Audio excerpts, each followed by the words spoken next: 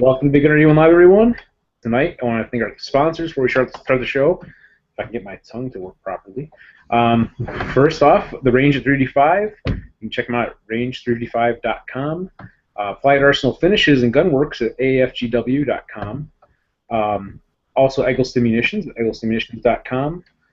And I'm going to be forgetting somebody, but we got Tier 1 Training at tier1trainingcorp.com. And also, I know I'm missing somebody. I'll think of it later.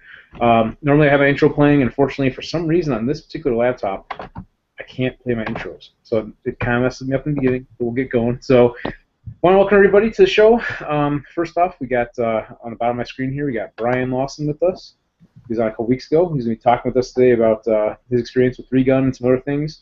We've got Clover Lawson, no relation, here with us. It's going to tell us what she kind of does and everything in the industry and so forth. And of course, our regular Ryan Wiggins, who missed a couple weeks here. He's got some things going on. He might share with us today as well.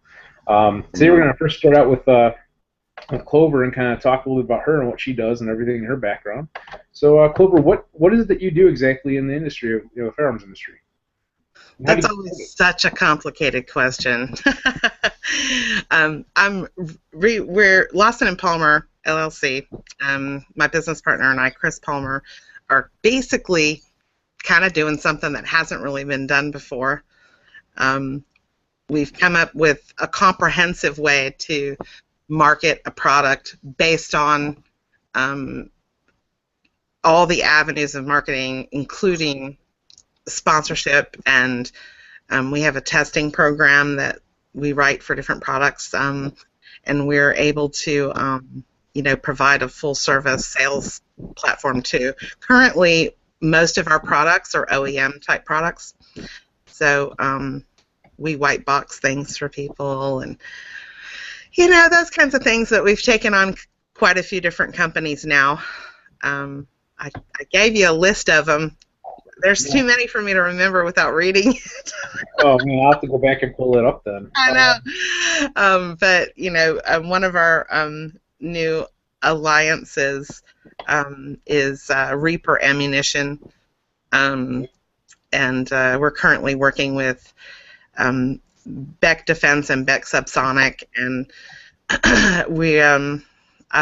we've had a relationship with them for quite a while. And we're also have put together a team for combat shooters. Okay. So they have their own 3-gun team now, and they've got some amazing talent running that. And we represent the full line of combat shooters rifles and Awesome. all of their products, and all kinds of other ancillary things. Go Guarded. I have some less lethal stuff. An entire line of mil-spec plastics. We sell handcuffs and stuff everybody wants to talk about, right? And I also did see Rise Armament in that list too. Rise, yes. And what I started out with Rise was the trigger, and we will be doing the whole line, but the trigger was what appealed to me in the beginning, and it was what drew me. So it's a great trigger for a great price, and the wholesale price is fantastic. So great margins. Awesome. So how did you get started into this? Well, if we go way back, I was married to a Navy SEAL for a while, and his sons still live with me. So, but I'm kind of got involved with guns then, and didn't really learn a lot about shooting while I was in that realm. So when I divorced, I decided I needed to learn how to shoot. I had a stalker, and it was a bad idea, and so I ended up buying my first handgun. I didn't get anything from the divorce except for a shotgun, and I accused him of giving me the worst one. So, but I've made up for it since then. I've got lots now. So. Yeah, I see the safe spot right behind you in all the cases. It's like a little bit of a bad habit, So. That's definitely a good question. What is your favorite out of the whole collection right now? put you on the spot with a tough one. I know they're like all That's a spot because I just like serviced all the pistols. So, well, my favorite, like, not that I use, or my favorite that I use, because I have a gun that I really like because it's How really about your top 5? my top five. Colt Python, Oh, nice. and my favorite to shoot though is an H&K45 tactical because I just love it and I can freaking. It's a tack driver. It's awesome. But it's my household defense gun. So now you know if you're coming through my door, it's probably a 45. Cool. And then my carry gun, an M&P Shield 9. Okay. Nice. So just because it's the right size. What about for your rifles? Um, Could be top 5. Doesn't have to be the top favorite or the favorite because it's hard to pick. well, I'm waiting to get my combat shooters one because it is freaking. I have heard nothing but great stuff. Tammy Hunter just got hers, and we're working on having one.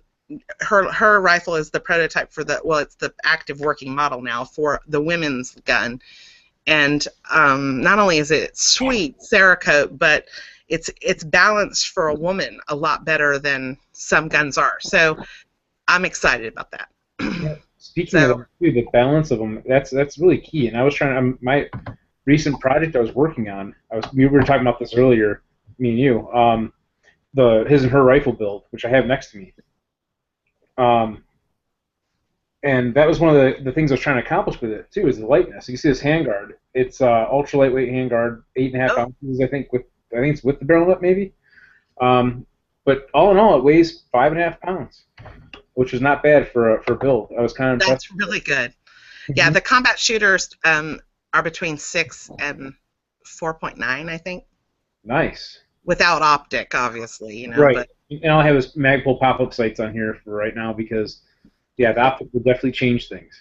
yeah, it's a game changer. But with the optic, Tammy was killing it with that gun. There's a video of her on our Facebook page shooting, and it's just a sweet gun. It's got a Texas flag replica on it, you know, so it's pretty badass looking. That's actually, you know, we're gonna have these Cerakoted because me and her both have identical rifles right now. Speaking of Cerakote, and the American flag is what I'm thinking about doing for mine, and hers some type of purple pattern. I'm not sure exactly yet, but yeah, Cerakote is a lot of fun. It definitely adds something to what you can do with your rifles and make them your own. Yeah, they have in fact, I just got the price sheet on Cerakote, and he's actually offering it now because, man, his stuff is like, he made this fluted barrel look like flames, and it's the cover on my Facebook page right now. It's like, oh yeah, that is beautiful. Isn't that gorgeous? Yeah, I was wondering about that. Gun. I like that. Yeah, that's her gun. So pretty nifty. I'm pretty jazzed. I said, you know, you're not going to be able to get away with sending me something plain now, right? Unfortunately, I sell to law enforcement, so I'm going to have something pretty black. But right. But absolutely. So, what else? You mentioned a little bit. There's some stuff that you do on the political side a little bit as well. Just if you want to give a brief overview of that. My large political statement recently.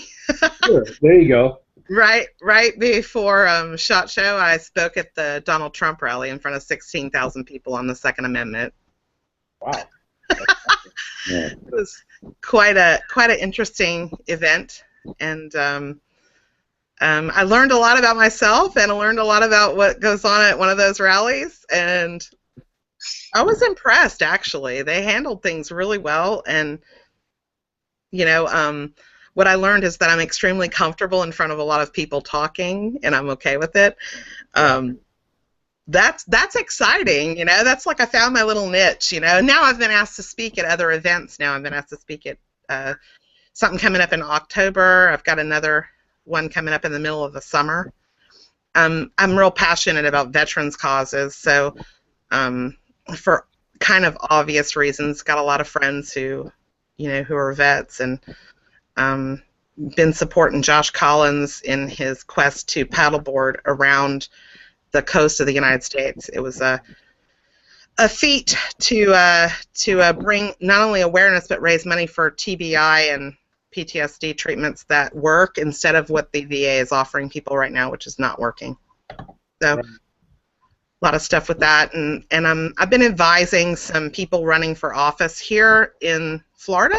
About 5 different people running for office, and some of them have declared they've put their paperwork in, but not really hugely public about it, and which is exciting that I'm talking to them about the Second Amendment, and women's place in the whole scheme of things. I think that all the legislation that comes down the pipe we look at is based on a situation where they're trying to brand many men as mentally deficient instead of just allowing them to. They want it to be a mental problem that they come back from war and can't have a gun. And so I feel like that in some way it ensures the stability of the Second Amendment to promote women's shooting and youth shooting, because it keeps the gun in the home, and maybe they're not the most qualified, but at least somebody's going to defend their freedom, Right on. Right on. That's actually getting some feedback from some of them. It might be on your end. I'm hearing myself talk. I'm not sure. I was hearing it for a second. I'm not hearing anything. Now it stopped. So okay, sorry. Sometimes that happens. It gets very distracting when you hear it coming, like the audio coming back from someone else. That short delay that makes you. Yeah, it messes with your head. You're like, wait a minute, did someone say something, or did I say something? But anyway, yes, with the PTSD thing, and the mental illness thing, that's a big topic, and certainly we actually, when I was still doing On Target Radio a few months ago, we had Glenn Fleming from Sons of Guns on the radio show with us, talking about his experience with that as well, which is very interesting. You can check that out on YouTube, On Target Radio. We have an episode on there. I can't remember all the exact details, so I don't want to mess them all up, but you can check it out on YouTube and watch it. But it's kind of interesting. Basically, the synopsis is that he did get his rights back, obviously, and so forth, which is really good. He had a good outcome from it, but not everybody is so lucky to have that happen that way. So there's a lot of vets who say, Gary O'Neill being one. I don't know if you know Gary O'Neill. He's a friend of mine, really a legend. There's a book about him called American Warrior, and he said he thinks that PTSD is really a catch-all, kind of like ADD type thing. Like, there were badly behaved children before, and nobody called it ADD,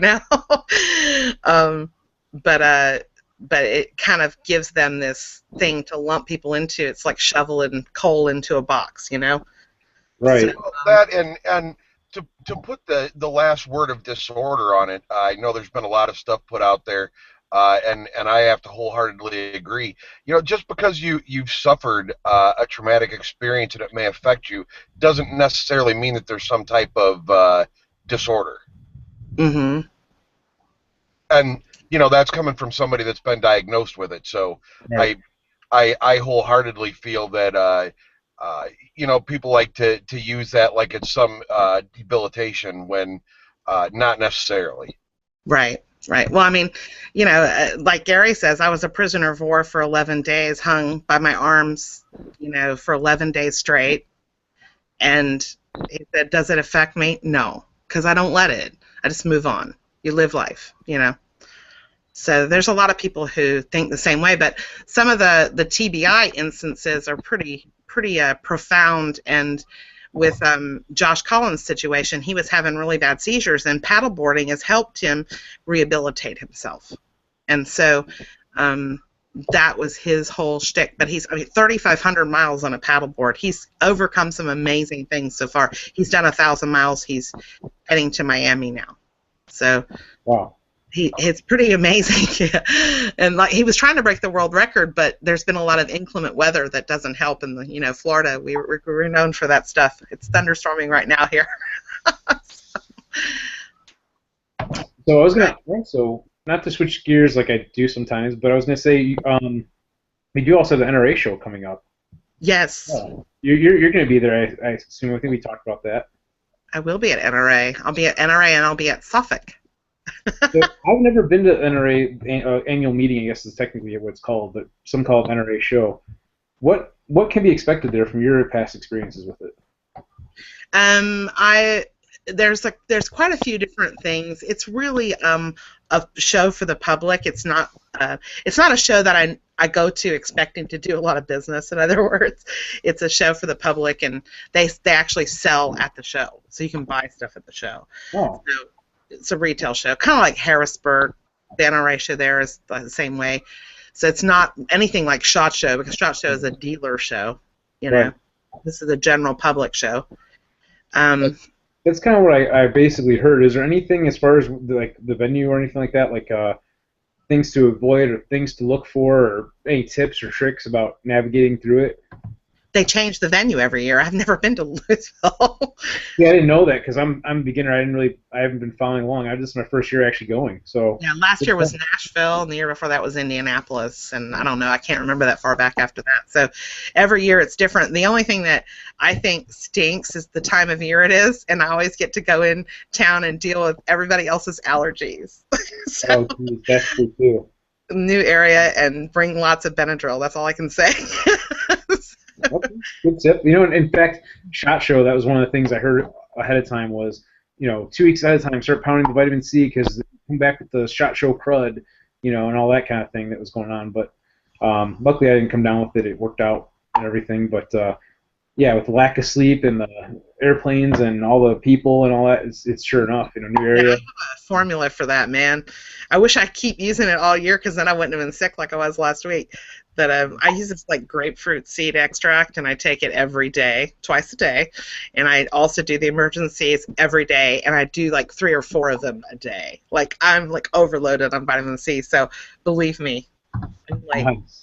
So I've never gotten sick after SHOT Show, so cool. hand sanitizer. I can say the same thing, but I only did it once, so it's not like I have a track record yet. But yeah, exactly. So we're gonna move on over to Brian Lawson. Like I said, no relation, but You never know. you never know. We had a discussion before the show too, where their relatives were from and stuff. But so Brian, you as we talked before, you've done competitive shooting and stuff and everything, and have some experience in all that. And then was this past weekend you had your first 3-gun match? Yeah, so we did a homebrew match at my local club, and we set up 5 stages and had 13 shooters. Only, I think 1 or 2 of them weren't club members, but they were really seasoned 3-gunners that had been to a lot of local matches. And I had a stage of my own that I had set up, and then I shot the match, but I was also a range officer all day, so Wow. I did get to shoot my first 3-gun match and actually did all right. Did you have 13 shooters per stage, or is that what you're saying? 13 shooters total. Because I was gonna say when you said 5 stages, I was like, okay, it's kind of small, but all right. Mhm. So it was the first one you guys ever did at your club, though, you said, right? Right, yeah. So, You're just trying to kick it off. right, yeah. It's something that we're going to try and do on the 5th Saturday of every month, and I think the next one will be in July, and we might actually open it to the public, but we've got to cap it because we've only got so many people that can be a range officer shooting that match. Right. I can understand that. And that's something we're trying to do at our club too. Is that we had our first whole year of, which is basically 4 events only, because of the availability of ranges at our club, the Aurora Sportsman's Club. 2015 we had 4 matches, and this year we have 4 matches coming up as well. Right. So we're just getting off the ground, in a sense.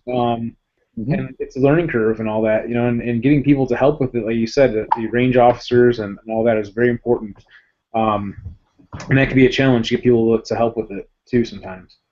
Yeah, so now that I've shot a match, I really want to go shoot another one and not be a range officer or set up or tear down, just kind of be there as a participant. Looking forward to that. Right. Now, do you have I one look forward to that too. What's that, Brian? I look forward to that too. Yeah.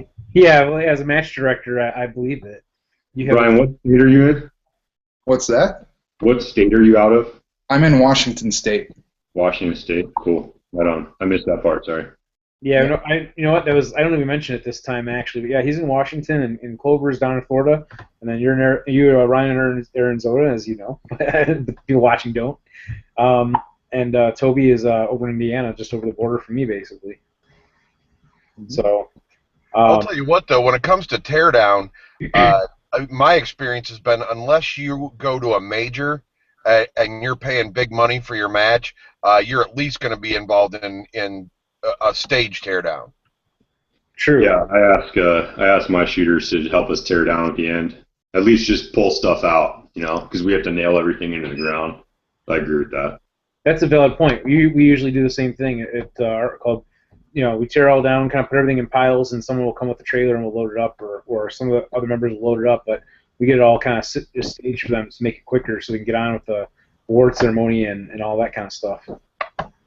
Yeah, So, we set up the night before this past weekend. We were out there till 11 o'clock at night, setting up 4 stages, and had to wake up at 5:30 the next day. We got off the range at 4:30. And what day do you do your matches usually? The 4th Sunday. 4th Sunday? Okay. That's cool. Because I know that's one of the things on my list that I want to try to figure out how to get out there to Arizona in October. Like you said, it's way too hot in the summer.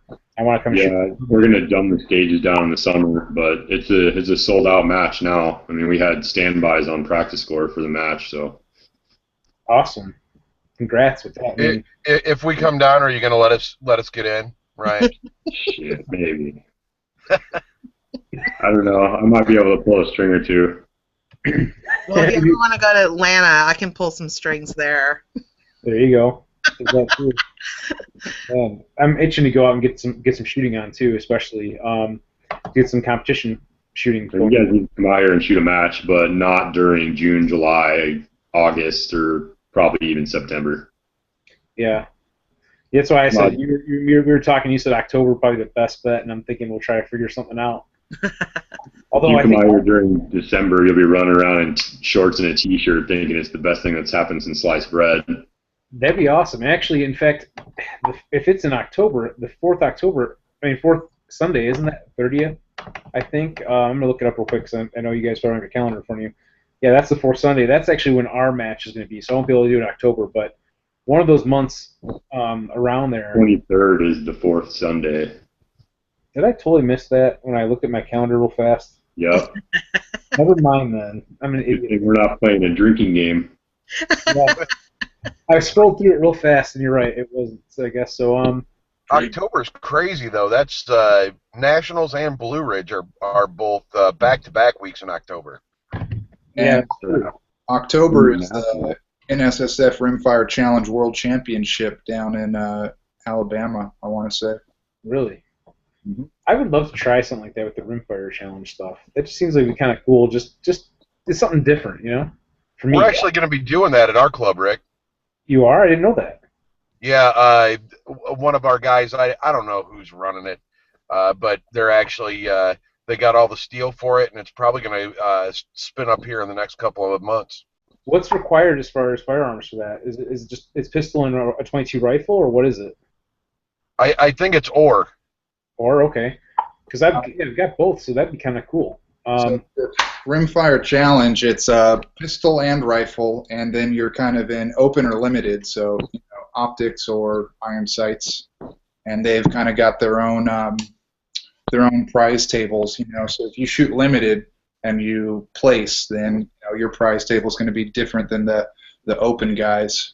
But a lot of the matches they do require you to do both pistol and rifle, so you can, it's like 8 to 14 stages usually for bigger matches. That's awesome, because in fact I just built a dedicated .22 upper, basically a .22 rifle in a sense that I'm going to use just for .22s. Thanks to Tim at TACCOM who helped me with a barrel for that actually. After I talked to you about that, I went to TACCOM's website to look at their dedicated uppers, and everything is completely, I don't know if it's sold out or just unavailable, but I was thinking about doing a dedicated rimfire build, but just the parts weren't there.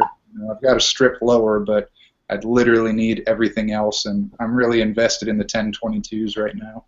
Yeah, the 1022 definitely is something. I haven't owned one yet. I think I've shot one maybe once, maybe. But it's something I've thought about picking up at one point at least, just to have one, because they're not that expensive. Be kind of fun to have to play around with. Build something like what you have basically set up there. But since I had a complete rifle that was missing a barrel that I kind of stole off of it for another project, coming up with the 22 dedicated 22 barrel, and I didn't know this, that basically I had a CMMG conversion kit for it that I was using with the regular 5.56 barrel that was in it, and I didn't know until Tim actually told me that the front of that CMMG kit comes off, and there's like a adapter that goes in place that slips over the 22 barrel. I didn't know that. So I learned something, and now I have that. I can use that bolt with that barrel, and it worked out really well. So I'm just getting to the point where I'm going to be setting it up and zeroing it and everything. But I took it to the range just to test fire it. Everything worked out fine. Seemed to shoot pretty well, and so forth. So yeah, that 22 rimfire challenge is something that I'm kind of thinking about trying out, and it's good to know now that thanks to Toby that you mentioned that they have one coming up. That wouldn't be a bad thing to check out. And Toby, is that actually? I assume it's open to the public. Is there details somewhere for people to register? Or? As soon as they put something up, I'll let you know. But yeah, all of our events are open to the public. Our range is private, day-to-day operation, but our IDPA, our muzzle loader, our pistol, our trap, all that those are public events. Very cool. Yeah, whenever you have a link for it, you can just shoot it over to me, and I'll post it on both my pages and the rest of my social media as well to kind of get the word out for them. Especially since it's something that's semi-local to me, especially. Okay. I definitely want to look into that if I can make it. So what else we got going on? I'm really digging Toby's new profile picture. Yeah, I am too. He switched over from the fighter jet and the AR or whatever. Good to see you, buddy. Even though we can't see you. Yeah, it's one of those days again today. Yeah, he's out and about. So Bad hair day. No, not exactly, but sometimes he can only do audio only on certain days, and it works out perfect. But Cool. Anyhow, so Brian, do you have anything else you want to share? That Stoker M3K ran really good. With it being my first 3-gun match, it was also, the first time that I've thrown a shotgun in a bucket before, and I'm really glad that I had the extended magazine tube instead of hitting the choke. I really just need to start practicing learning how to load doubles so I could load quads and get used to running the gun. But I mean, I'm trying to get a practical shotgun match going, or like a falling plate match, and start busting these shotguns out a little bit more than just trapping 3-gun. Mm-hmm. That sounds like a really good idea, because actually I thought about that too. Something that would be more shotgun orientated, that didn't really involve the pistol or rifle, and shooting steel is so much fun. I mean, I've only been exposed shooting shotguns is just fun in general. Yeah, it's true. Well, and they're cheap too. A lot of people think, oh, it's a shotgun, it must be expensive, but you can get 100 rounds for $22. That's as cheap as the cheapest 9mm out there. Well, it also may depend on what kind of rifle or what kind of shotgun you're shooting out of too, if it's going to work or not. This $22. Yeah. I know Ryan was smiling because he saw that it's $22 thing. And well, I was going to say it's all cheap and fun and games until you start to learn how much fun slugs are to shoot and how bad you are at shooting them. Oh, geez. That was like the one thing I was semi-decent with, I think, was shooting my slugs. Nice. But you go out and practice your slugs, it's $1 a trigger pull. It is. Yeah. I'm getting excited about the new shotgun situation I've got going on. What do you have going on there? A nameless contributor I was saw that nice enough to pick up and send to me. It's not in my hands yet, but a Browning A5. Oh, wow. Okay. That's cool. So I will be moving out of my JM930 and into the Browning A5, and that auto load feature, since I have a tendency to miss my count and run that gun dry, is going to be something fun to play with. Hell yeah. You know what, dude? Honestly, from gunsmithing perspective, I'm really surprised that more people don't run that shotgun, because that is one shotgun that's been around a long time. There's a ton of them, and it's one shotgun that we rarely ever see in the gunsmithing shop. Well, I'm glad to hear that, dude. Yeah, that's a solid mechanism, man. Definitely. If you don't see it, it's like not old. having it. You know, everyone. Sorry, what? I said if you don't see it, that's always a good thing. Yeah, you know, people like new stuff. You know, and what's that Browning A5 action's been around? I think maybe longer than everyone here's been alive. Wow. I'm really interested in learning more about the new DDI that's coming out. You know, for $5.99, getting a box-fed left side charge Sega 12 style shotgun, it's really tempting to pick one of those up just for if I want to start shooting open class. But I like what I've seen so far. You know, it's got a lot of nifty features, and that price point is really hard to beat. I mean, that's how much I paid for the Stoker, and even with the Stoker, I still had to buy magazine extension, a front sight, a few upgrades. But yeah, I think from what I understand, they might have got Chinese Catamount Fury kits and then turned them into you know, a working shotgun. But I just don't want to be one of the early adopters if there's issues. You know, I kind of want to wait till I see 3 or 4 of the YouTube guys pick one up and say, hey, you know, runs like a sewing machine. Well, that's like the MK1919 that I run. They run about that price, about $600 roughly if they're out of the box.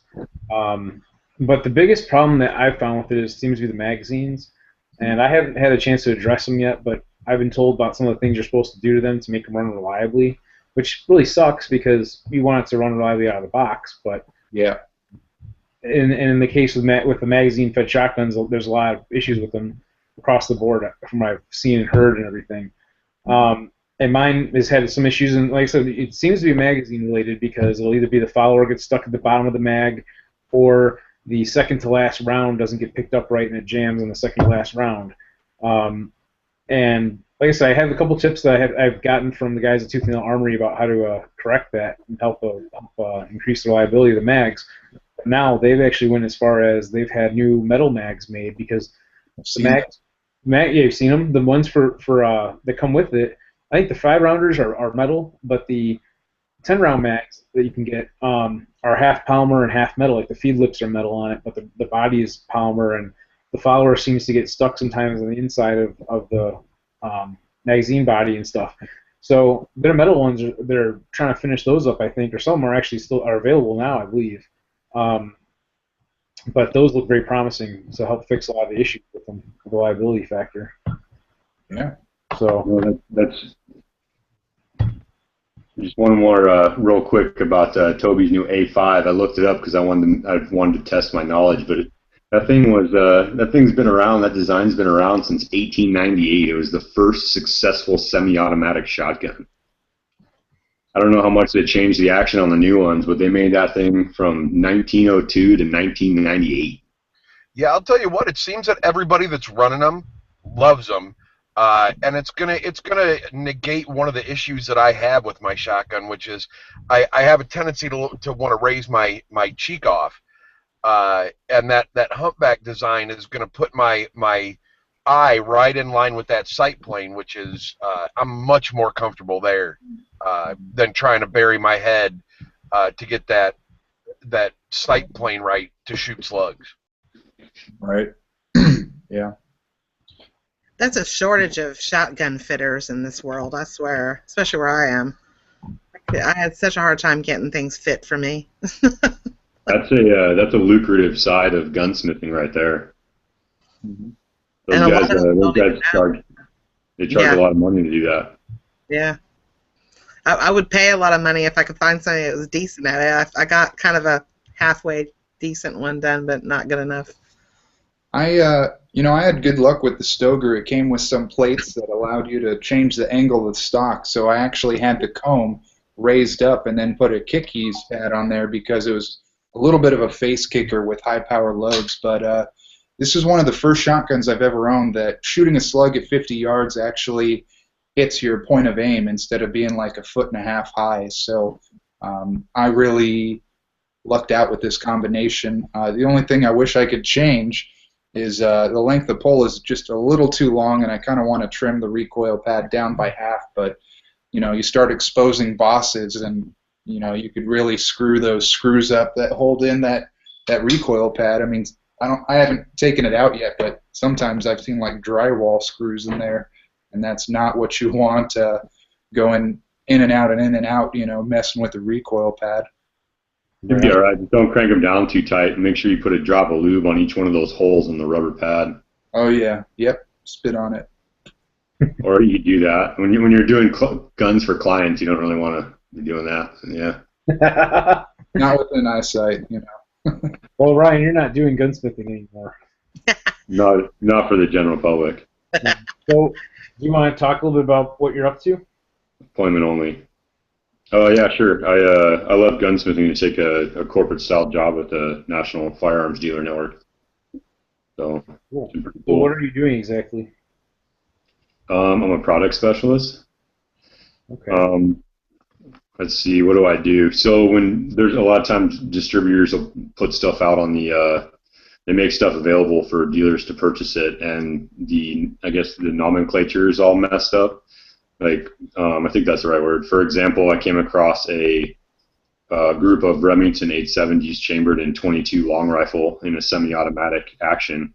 So I had to go in there and fix that and make it available correctly for all of our dealers before we publish it to their site. Cool. Fixing stuff. It's pretty cool. It's a good office environment. Some nerf wars going on, stuff like that. Work for some cool people who are also competitive shooters. Nice. High-level competitive shooters. So you doing any type of sales stuff as part of that as well? Like outside sales or anything? No, I don't. Okay. No, we have a team of salespeople that sell our product, we have a couple products, but it's a really cool deal. I mean, any gun store that signs up with on our network, I mean, they pay $100 a month, and they can set up a kiosk in their store and link our stuff to their website, and they have 700,000 products at their fingertips. Wow. So, and we use it. The gun store I used to work at, where I gunsmithed in a Shooter's World. If you go to shootersworld.com and click to buy a gun or look for merchandise, that's through our servers. That's our network. So it's kind of a cool deal. So a kiosk that customers can use or employees? Yeah, like at Shooter's World, they have a Mac out there in the middle of the floor. So if someone comes in, they're like, "Hey, do you have, so and so lube or this magazine?" And the Shooter's World employee is like, "No, we don't, but let's check our website because I have 700,000 products at my fingertips that can be drop shipped to the store, basically." Yeah, that's huge. That's like having a warehouse kind of essentially like attached, but maybe you have to wait a couple days or a day or something to get their product, I assume. So then are the prices standardized, or do they have to input their pricing structure in some way? It'll go up. Their pricing structure, because we don't make money off of those products going to them. So basically, the company that's using the kiosk in their store sets that margins up ahead of time, and so it's not like you're going to your company directly and setting this up. It's they're buying it through just the catalog that is available, being branded as the store that it's in, I guess. Right, like it'll come from their distributor. So like if you're set up with RSR or Sport South, let's say you go on the website and you click, this AR-15, buy now to order, it's going to come from whichever distributor that you're in with. So if you're in with all the distributors, and you get a lot of products. Gotcha. Kind of like an integration, man. It's really cool because the gun stores like us, the distributors like us, so they found a nice little role. That's cool.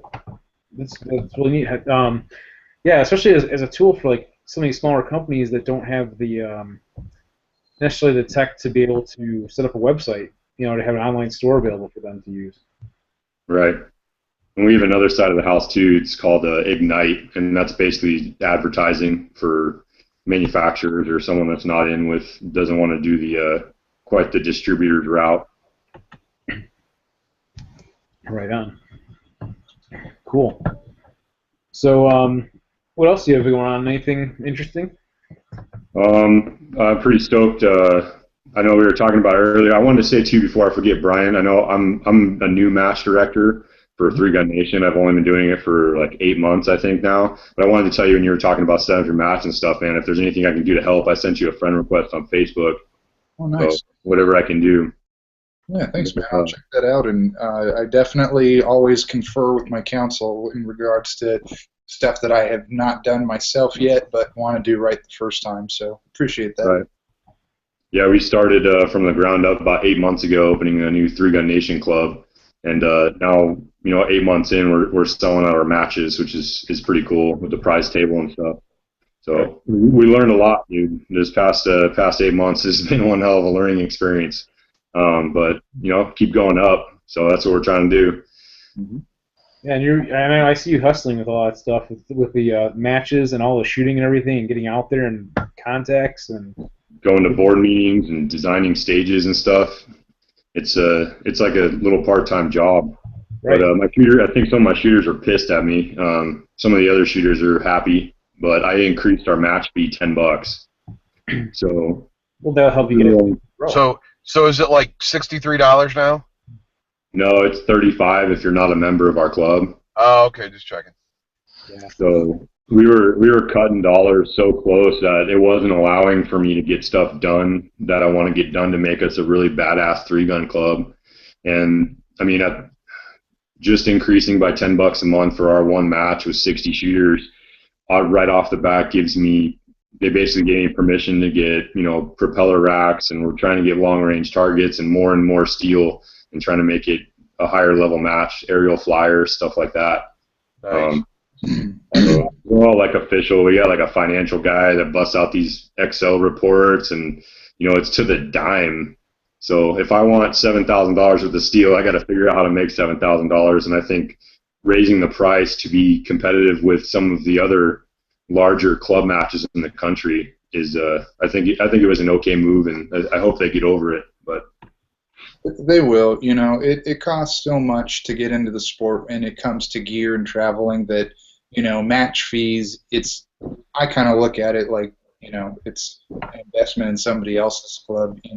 If you lose shooters because it costs $10 more, then they just don't understand or appreciate the sport, because steel targets and stands and Polish plate racks don't just materialize. They've got to come from somewhere.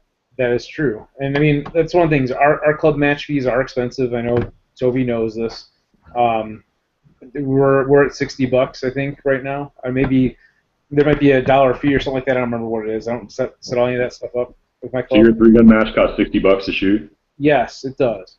What's your round count like? I don't know what it is off the top of my head. Not enough to make it worth $63. Right. So we do also have, I would say, we do have lunch, and we do have prizes and awards as well.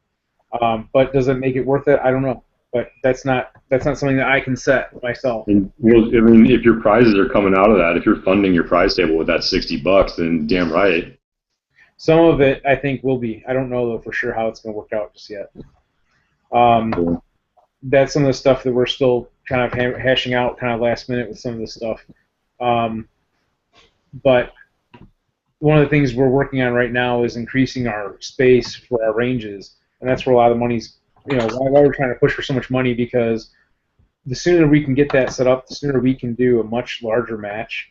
We're limited. I think we're stuck at about 7 or 8 stages roughly, because we can only take up so many ranges due to the membership that we have. There's like a restriction, like we have to have like ranges open at all times for members, basically. So you're putting on 8 stages in one day? Yeah. I think the time we're having right now is 8. How many shooters? I believe there's going to be, I want to say 60 or something like that, I think. Yes. Okay, so your round count must be way lower on the stages. Yeah, I don't know off the top of my head, honestly. But and things might be changing, too, because now we do have more steel coming. We're working with gunfire targets right now. And so now we're going to have a ton of steel to use, I think. I don't know exactly, because I'm not working on that end of it, but yeah, he makes a badass product. He does, yeah, definitely. I mean, I've got a couple of his targets myself personally, but So yeah, I mean, I agree though the price is still kind of high, but we're also trying to push for something, and we've been selling out our matches too. So, you know, like I said, I don't necessarily agree with it, but it's not up to me in the end. I would like to see it be a little bit lower. Dude, you know what? I put out a survey this match. It was kind of a controversial match because I had the shooters out there for a long time, but they were shooting 50, 60 rounds per stage. But anyways, I used that Survey Monkey thing, and because Charles and Pete of Three Gun Nation were talking about doing surveys and stuff, and I told them I'd try it, and I learned a lot by putting out a survey. Right. I think I want to say he sent something out last year, but I don't know. I don't handle that part of it, so I just don't remember if I've gotten one or not. I don't honestly remember. I get so many emails. Sometimes that stuff gets lost to me, but that's a valid point. I'm going to make sure I mention that again, too, that we should make sure that we're doing something like that and possibly using like SurveyMonkey, you know? Yeah, it's free. It's easy. Yeah, that'd be a good idea. Way to get feedback. And they know they're anonymous, so some of it you got to take with a grain of salt, but you get a lot of good stuff out of it. Yeah, I'm sure you can usually tell by the way they're worded if they're actually a valid, constructive criticism. I don't know, man. If they're like, oh, that guy that RO'd Stage 8 is a D-bag, then, you know, okay, then I'm not going to listen to much that dude's got to say, but... Right. Well, one guy said that we, if we're going to have a Three Gun Nation match, we need to use the correct Three Gun Nation paper targets, and that just blew my mind because we get the damn targets from Three Gun Nation, so... Oh, was he mad that you didn't have the red, black, and white ones? Yeah, those are the Pro Series targets, and I think they're like $2 a piece or something like that. Yeah, those are the Pro Series targets, but whatever. Do a survey. Yes. Like I said, I'm going to mention that to them again, too, see what we can get going with that, because, you know, sometimes it's tough, too. You're dealing with a lot of different people volunteering to do different things, and balancing it all out can be a challenge sometimes. As far as responsibilities and what's getting done and what's not and everything. And, you know I've had my struggles with it already in the past. And it's only been the last year and this year, so for sure. I'm going to volunteer my business partner, Chris Palmer. You know, he owns Atlanta Three Guns, so I'll volunteer him to help y'all, too. There you go. I don't know if you know or not, but he was the helper behind the force of writing the new rule set for Three Gun Nation. Right. Didn't get really any credit for that, but he worked with Rob Romero. So cool. It's better than it was. At least they have a qualifier now, right? So I think it's picking up. At least they have a qualifier. What? Well, they have a better qualifier than they used to. That was one of the biggest complaints is their qualifiers were like, you know, for a while, not really well written. Oh, you mean the classifiers or the qualifiers for the classifiers? I'm sorry, I misquoted. Oh, the classifiers? Yeah. Yeah, there's a bunch of cool classifiers. They're actually making some more right now. Rob and Charles are making some classifiers right now for shooting ranges like ours, where we're restricted to our impact berms. I can't have my shooters shooting 180 degrees with their pistols and their rifles, because as of right now, we're the only game and fish run shooting range in Arizona that's not allowed to shoot into the side berms. So that's something we're currently fighting as well. But they're writing us some stuff, some new classifiers that will be friendly to us and also to the guys that are shooting indoors. There's like 3 clubs or more maybe now that are shooting indoor Three Gun Nation. Isn't that wild? I mean, they got to be extremely limited, you know, but still, that's cool they're doing it. Yeah. That's cool. Hey, here's a question, too. I was just thinking about this. Kind of related to competitions, and this kind of goes for Brian. Since you've done a lot of the 22 rimfire stuff, that is limited only to rimfire. That's right. Hence the 22 rimfire. I was going to say, I'm like, thinking to myself, I've got this 22 TCM here, but of course that's centerfire, so it wouldn't really be applicable anyway. No 2,700 foot per second rounds in the rimfire match, Rick. I think they rated it at 2,000 feet per second, though. What's that? I think they rate it for 2,000. But the thing is, they also don't allow any ultra high velocity rounds. So there's no 17 HMR, there's no 22 mag, and Okay. they don't want you using anything over like, let's say, 1,300 feet per second or so. Like mini mags is kind of like the I want to say the limit, but there's some other cheaper stuff that is faster, but not really when you chrono it. But they don't want you shooting like velocitors or stingers because Okay. propensity for injury. And a 22 TCM, you would get some people mad at you if you shot their steel with that, especially at close range. Yeah, good point. Yeah, they're like 7 yards, right? How far are those targets in Steel Challenge? Between 7 to 20 yards. I think they've stretched it out to like 35 yards before. But we were talking like a big static rectangle, not like a little tiny plate. But usually 7 to 15 yards, but sometimes as far away as 30 or so. Good to know. That could be the mark, huh? Yeah, I was sure that this thing right here would. They're 1911 and 22 TCM, or 9mm, depending which barrel you put in it.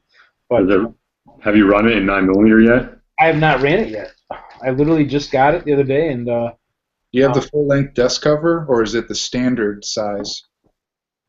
I don't know much about 1911s yet. I'm still learning, so I don't know. Pull it up. I'm pretty sure it's a full length. I think this is the full length slide. I thought. Yeah, you got the tactical. I want to get one that's got a full-length rail dust cover like the one you have. What is the dust cover? I sound ignorant because I don't know. The bottom part. Yeah, the bottom part where that rail is, that's the dust cover. Okay, I got you. I've seen that before. I know what you mean now. I've seen like where the ones that have no rail on it, where they don't quite go all the way to the end. Yeah.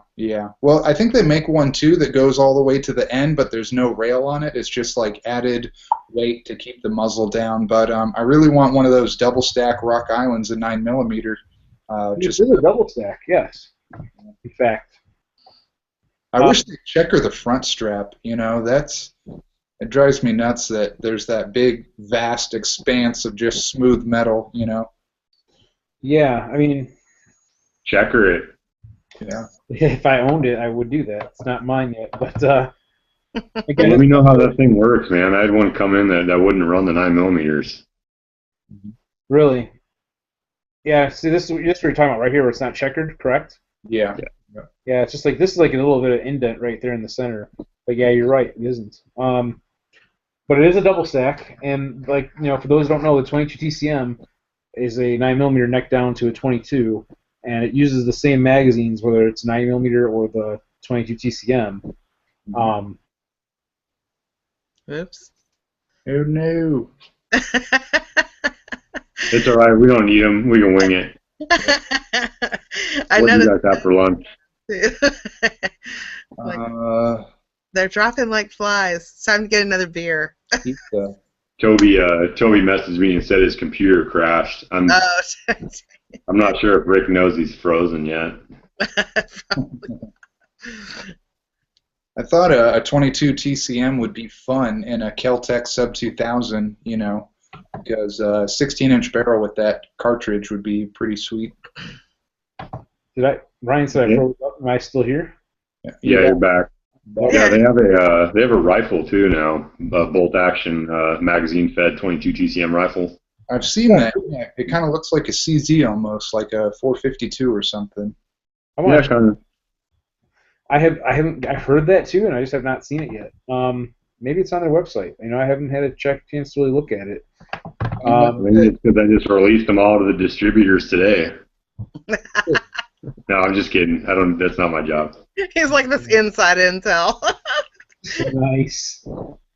Damn. I'm looking up to see. I forgot which exact model this one is that I have here. Even though I picked it out, so it's kind of funny to say that. But no, that is a brand new product though. I don't know that they're advertising it yet.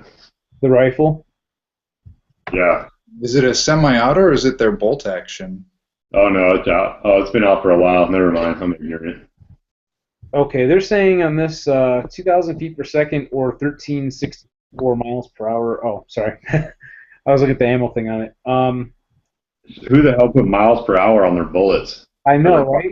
I know, right? I was like laughing at it, and it's like speed fact could travel around the world in 18.25 hours. Yeah, if it didn't run out of energy, I guess it could.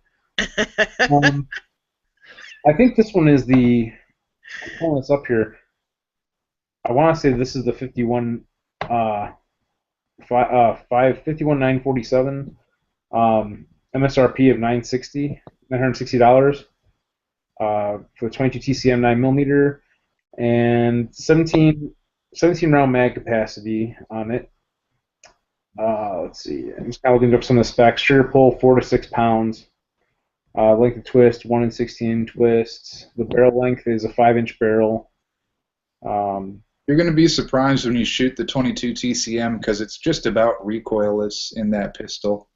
That's what I'm wondering because it's a fairly heavy pistol. You know, it has some weight to it. And is that a Rock Island? You said? Yes, it is. Rock Island Armory 20. I have a 45.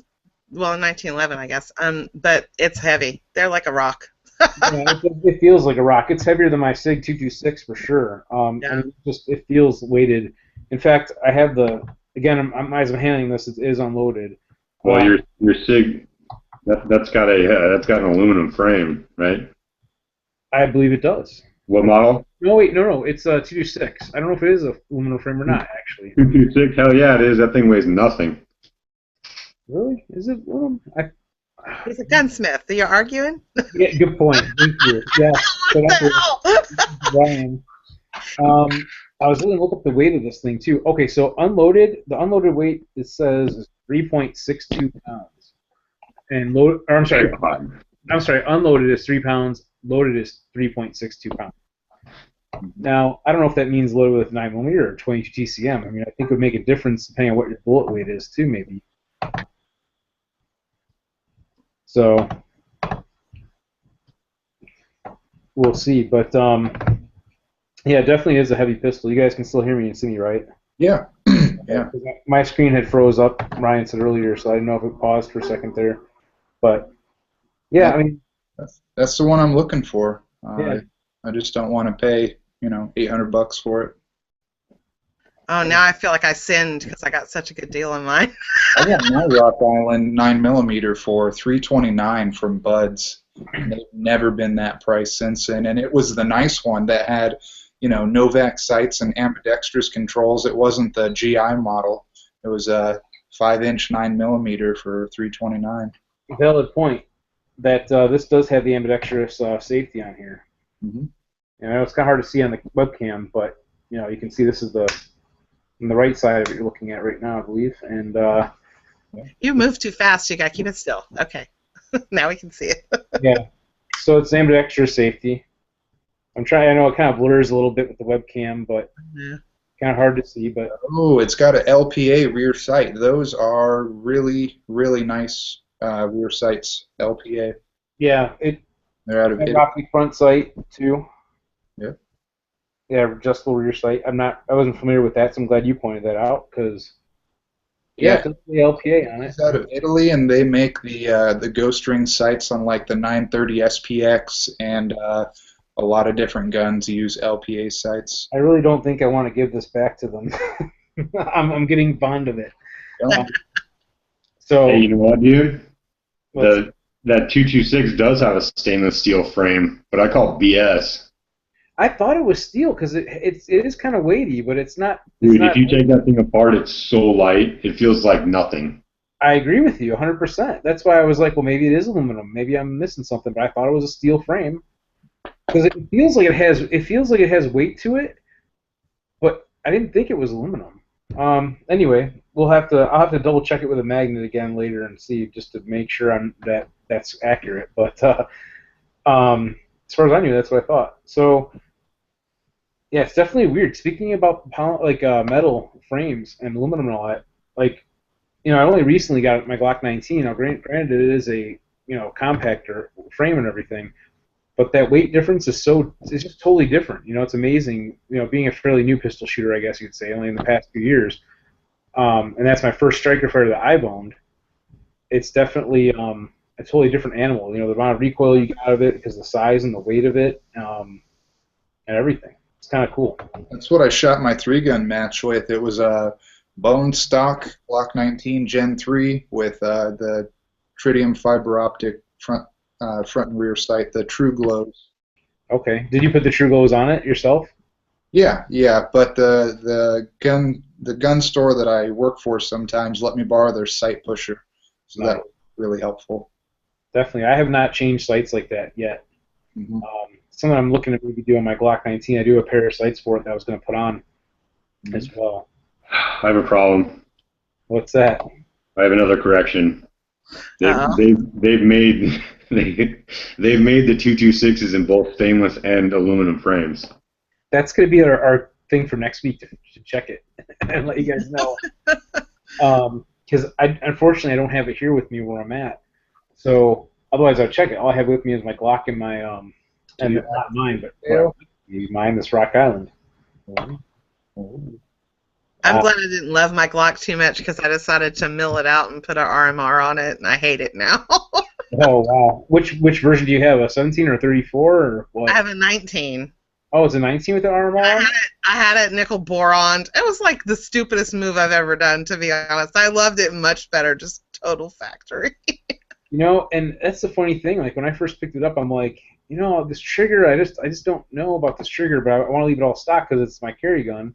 And now that I've gotten some time with it, I'm feeling much better shooting that thing. I'm starting to like it a lot more, where I'm feeling really confident with it and just really liking it a lot. So, you know, it kind of just depends sometimes. But yeah, sometimes we go ahead and we change stuff, and then we end up not liking it afterwards too. That does happen. You know. Especially when you put ridiculous sums of money into it. That was just brilliant, you know? Yeah, that's why a lot of times I like to do some of the changes I like to do. I like to be able to have an option to go back. You know, like if it's a slide, I'd buy. If I could buy another slide for it, I'd buy another slide, modify it so I can switch it back. You know. Oh yeah, that's what I did end up getting in. Yeah. It's just, you know, if you can do it that way too. I mean, it just depends. But to some people's, you know, how many dollars they can spend on it. But yeah, that's what I sometimes try to do, so I can go back. Because sometimes I often regret my decisions on some of my modifications and whatnot. So, but no, so far I'm enjoying the guns that I do have and everything, and have no issues at this point with them. So I'm happy. But you know. Toby's back. Yep, he disappeared for a little while. I don't know if he had something work-related going on or his Wi-Fi dropped out, like mine has done in the past. But my whole computer crashed. I got you. So do you have anything you want to throw out there that you have going on? I know you may have some classes going on and stuff that you want to discuss. I think our next basic and fighting fundamentals classes are in June. I don't have the dates in front of me. I'll have them by next week. But we got the next big match coming up. Tar Heel 3-Gun Challenge coming up, not this coming weekend, but the weekend after. Nice. Ooh, nice. Yeah, I won't get to go to that one, unfortunately, but yeah. The only thing I have coming up is the NRA show this month, I think. That's the next big thing for me to do. And then, well, that and also our ASC 3-Gun is starting the week after NRA show, I think it is. I want to say it's, let's see, NRA show. Yeah, 29th is our match. I have to leave NRA and run to Tampa. Are you going for both the Saturday and Sunday, or how long are you staying for? I'm gonna leave on Saturday. I have to be in Tampa on Monday. Oh wow! So I'm gonna run literally as fast as I can to get there. So cool. I'm going to Suffolk. You know what Suffolk is? No. It's the Special Operations Conference, where they release all the new technology for the military. It's a military show. Gotcha. Cool. So we're going to go ahead and wrap up the show. It's a little bit after 9 o'clock, so we've got about an hour over here. So, Brian, you got anything you want to throw out there to add? Nothing pertinent. Okay, cool. Well, thanks for being on with us and sharing your experience from your first 3-Gun match a little bit and some stuff with us today. Yeah, thanks for having me. So yeah, always, definitely. We'll talk to you again soon. And Clover, I don't know if you have anything else you want to throw out there before we take off. Nope, I think we're good. Just keep watching. We have new stuff coming out. So. Awesome. Well, as you post stuff, I'll be more than happy to share it. And any press releases you have, I'll be happy to share those too as well. Cool. So, Ryan, you got anything else you want to throw out that we forgot? I don't think so. The status of the beard? What? The status of the beard? No, I don't do that crap. That's why I ask you, because it's fun to ask you. So, I know, Toby, we already talked to you. If you have anything else last minute you want to throw out before we close up here? I should have one of these shows either next week or the week after. I should have some new rifles to show, either Awesome. the progression of that DMR rifle I'm building, or I decided to build that BCI Defense upper and lower I had. I got a certificate from Columbia River Arms, which turns out to be black hole weaponry. Cool. I did not know that. And they've been pretty outstanding with helping me out with some stuff. So I'm looking forward to building a new 16-inch competition rifle using their stuff. Right on. Cool. Well, again, thank you all for being out with us tonight, and till next time, go out and have some fun shooting.